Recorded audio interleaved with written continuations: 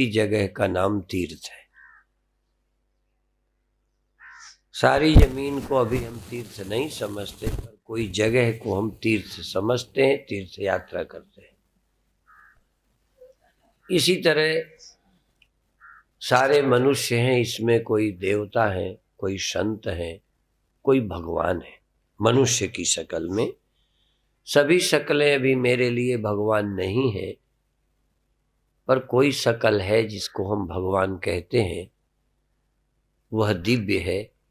इसलिए उसके सामीप्य, उसके स्मरण का नाम भक्ति है। जो जगह पवित्र है उस जगह की यात्रा करने का नाम तीर्थ यात्रा है। और सारा समय धंधे के लिए है, कामकाज के लिए है, सारा समय पवित्र समय नहीं है।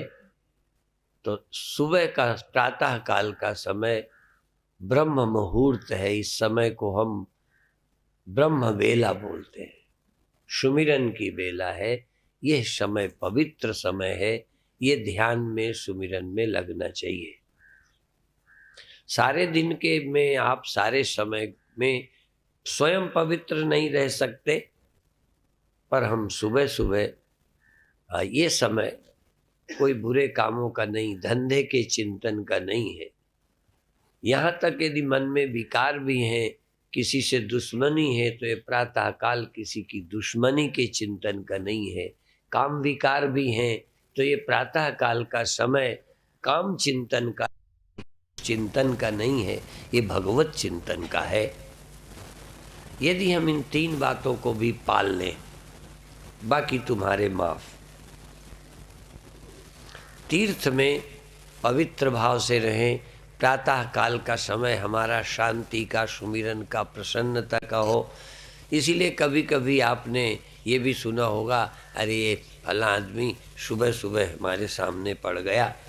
माने सुबह सुबह हमारे सामने ऐसा व्यक्ति ना पड़े जिसको देखकर हमारा मन खराब हो, या यूं समझो प्रातः काल यदि सामने पड़ ही जाए तो प्रातः काल वो भगवान का रूप हो हमारे मन में, ठीक है।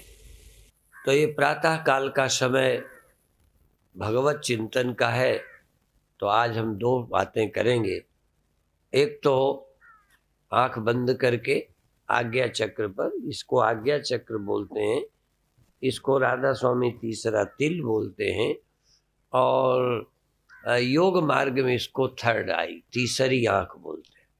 यहाँ तीसरी आंख होती है, जब वो खुलती है तो